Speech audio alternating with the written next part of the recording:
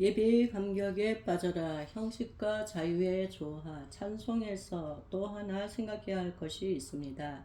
형식과 자유의 조화입니다.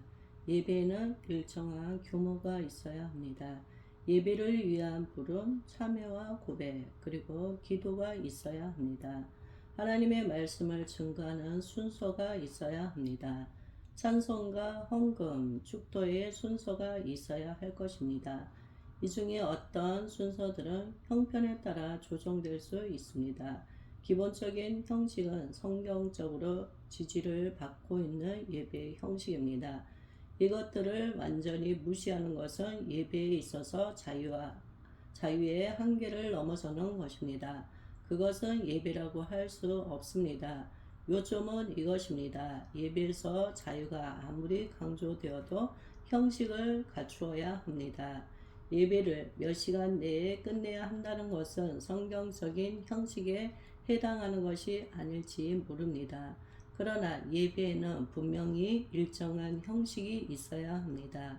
성경과 전통 그리고 상황에 맞는 적용이 조화를 이루어야 합니다. 예배 시간이 너무 긴 것도 너무 짧은 것도 바람직하지 않습니다. 다만 예배 속에서 성령이 자유롭게 역사하실 여지를 남겨주어야 합니다. 예배 시간을 아껴서 어디에 쓰겠습니까? 찬송 순서에도 자유함이 있어야 합니다. 찬송할 때 예배자들은 하나님의 성품을 묵상해야 합니다. 하나님을 배울 길 사모하는 마음으로 가득해야 합니다. 예배 중 찬송 시간이 다소 길어질 수도 있고 설교가 빨리 끝날 수도 있습니다. 또 그 반대일 수도 있습니다. 예배자들은 그런 가능성에 대해 어느 정도 열린 마음을 가지고 있어야 하지 않겠습니까? 예배에서의 참된 자유는 찬송에서도 존중되어야 합니다. 저는 우리의 예배가 임하신 은혜 때문에 그런 파격을 경험하게 되기를 기대합니다. 한없이 하나님을 찬송해도 흐르는 눈물을 닦을 수 없는 예배가 되었으면 좋겠습니다. 우리의 예배에서 놀라운 구원의 사랑을 아무리 노래해도 감격이 사라지지 않게 되기를 기도합니다. 찬송을 드리고 설교를 듣고 주일 예배를 마치니 하늘의 별이 총총하더라는 간증을 들을 수 있게 되기를 진심으로 바랍니다. 찬송은 하나님께 드리는 것입니다. 찬송은 하나님께 드리는 것입니다. 찬송가도 유행가도 모두 노래이지만 찬송 부르는 자세와 마음가짐은 달라야 한다는 것입니다.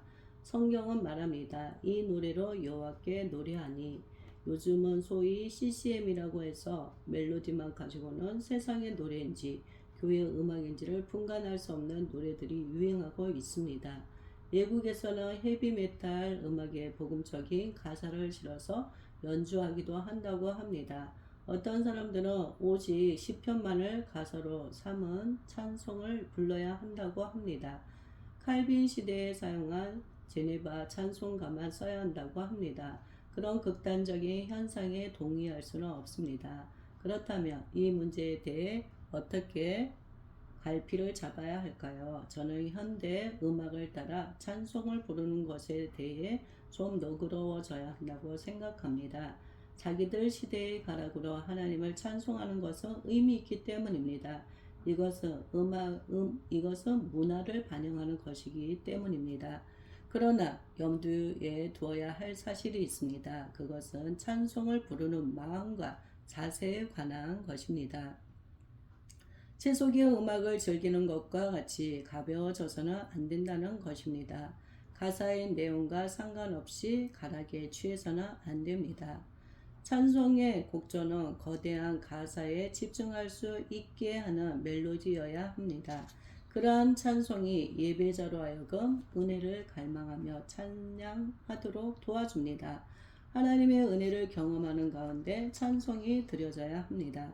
그러나 여기에서도 숙제가 남습니다. 무엇일까요? 예배를 통해서 은혜를 받는 것은 예배자의 영적이고 정신적인 경험인 것입니다. 우리가 마음 먹는다고 그렇게 되는 것은 아닙니다. 때때로 기도할 때 온몸을 감싸는 것 같은 포근함을 경험할 때가 있습니다. 그것도 그렇게 경험하고 싶다고 되는 것이 아닙니다. 하나님이 은혜를 주셔야 가능합니다. 대규모 성가대와 악기, 음향, 장비가 신령한 은혜를 불러일으키지는 못합니다.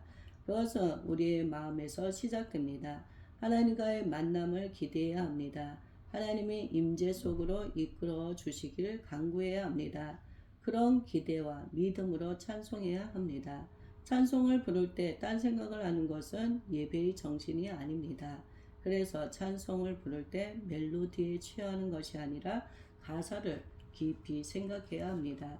그렇지 않으면 그것은 그저 노래 부르는 것입니다. 같은 찬송을 반복해서 마음을 다해 부르는 것이 유익한 것도 바로 이 때문입니다. 예배자가 찬송의 가사를 암송하는 것은 매우 유익합니다. 시선을 다른 데 빼앗기지 않을 수 있기 때문입니다. 눈을 감고 묵상하며 마음으로부터 우러나오는 찬송을 할 수 있기 때문입니다. 예배 때 부르는 찬송가의 가사와 곡절을 처음부터 끝까지 모두 외우고 있다면 좋을 것입니다. 그래서 오직 하나님만 생각하며 눈을 감고도 찬양할 수 있다면 얼마나 자유로울까요?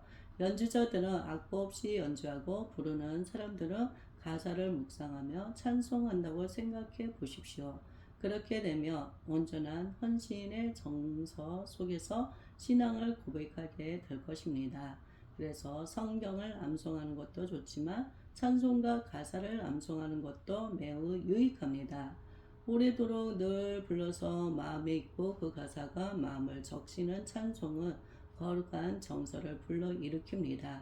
그 정서를 통해 마음이 열려 기도할 수 있게 됩니다. 말씀을 들을 수 있게 됩니다. 요점은 이것입니다. 찬송은 하나님께 드리는 것인데 기도와 마찬가지로 현재적인 은혜를 경험할 때 잘 된다는 것입니다. 은혜 속에서 살아가는 사람은 항상 예배드릴 준비가 되어 있습니다.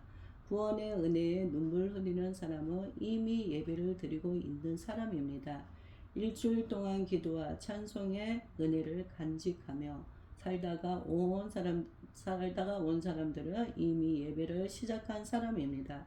이런 사람들은 하나님을 만나기 위한 별도의 준비가 필요 없습니다. 같이 기도합시다. 라고 할 때 마음 깊은 샘에서 기도가 터져 나올 것입니다. 함께 찬양합시다. 라고 할 때 영혼의 울림과 함께 찬양이 넘칠 것입니다. 그러나 대부분의 예배자들은 그렇지 않습니다. 하나님의 말씀에 젖어들 때까지는 마음의 각질을 걷어내는 시간이 필요합니다. 예배가 한없이 길어져도 안 되지만 시간에 쫓겨서도 안 되는 이유가 바로 이 때문입니다. 어릴 적 장터에 가면 구경거리가 하나 있었습니다. 바로 대장간입니다. 살갗이 검게 탄 근육질의 남자가 땀을 뻘뻘 흘리면서 풍구를 돌립니다. 강력한 바람이 한 곳으로 모아지면서 역청탄이 소리를 내며 시뻘겋게 타오릅니다. 그 불 속에 철판을 자른 조각들을 넣습니다.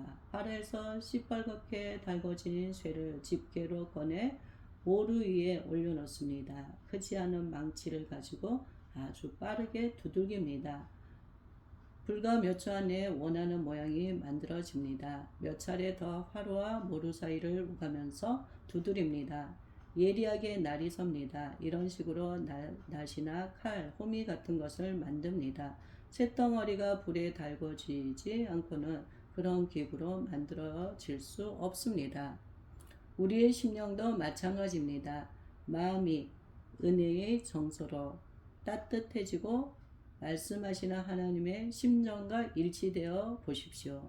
고함치는 설교가 아니라 속삭이는 설교로도 커다란 회심을 경험할 것입니다. 우레와 같은 설교를 통해서만 영적 각성이 일어나는 것은 아닙니다. 찬송은 하나님을 향해 마음을 열리게 합니다. 세속적 정서를 버리게 하고 마음을 은혜의 정서와 일치시킵니다. 하나님을 높이면서 마음의 변화가 일어나게 됩니다. 하나님 말씀에 잘 다듬어질 수 있는 마음의 상태가 되는 것입니다. 이것 또한 찬송의 유익입니다. 우리는 무엇 때문에 하나님을 찬송합니까? 이 질문은 주님이 찬송받으시는 이유를 묻는 것입니다. 그리고 어떻게 믿음으로 살아야 하는지를 가르쳐 주는 것입니다. 하나님을 찬송해야 하는 이유는 크게 네 가지입니다. 창조하심과 선택하심, 구원하심과 은혜 주심이 바로 그것입니다. 첫째로 하나님의 창조하심을 찬송해야 합니다. 예배자들에게 하나님의 창조주 되심이 중요한 찬송의 제목이 되어야 합니다. 성경은 말합니다. 해와 달아 그를 찬양하며 밝은 별들아 다 그를 찬송할지어다. 하늘의 하늘도 그를 찬양하며 하늘 위에 있는 물들도 그를 찬양할지어다. 그것들이 여호와의 이름을 찬양하며 그가 명령하심으로 지음을 받았음이로다. 온 천하 만물이 하나님을 찬송해야 한다고 말합니다. 그리고 인간 만물 중 하나님의 창조에 대해 가장 잘 알고 있는 존재입니다. 인간의 의무는 창조주 하나님을 찬송하는 것입니다. 오늘날 약화된 것이 창조신학입니다. 하나님은 온 우주와 인간을 지으신 분이십니다.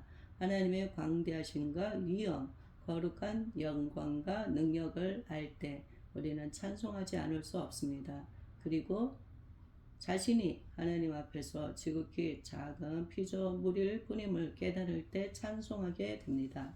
고백적인 찬송은 마음을 하나님께 바치게 합니다. 찬송할 때 하나님의 창조주 되심에 주목하십시오. 그렇게 하는 찬송은 인간의 참된 위치를 생각나게 합니다. 겸손해지게 합니다. 이런 찬송이 예배 앞부분에 위치하는 것은 적절합니다. 인간 사이에 함께 섞여 계시는 하나님이 아니라 피조물과 전적으로 구별되는 주님으로 찬송하는 것은 적합합니다. 이것은 하나님의 존재의 거룩하심을 찬송하는 것입니다. 저 높고 푸른 하늘과 수많은 빛난 별들을 지으신 이는 창조주, 그 솜씨 크고 크셔라. 날마다 뜨는 저 태양, 하나님 크신 권능을 만백성 모두 보라고 만방에 두루 비치네.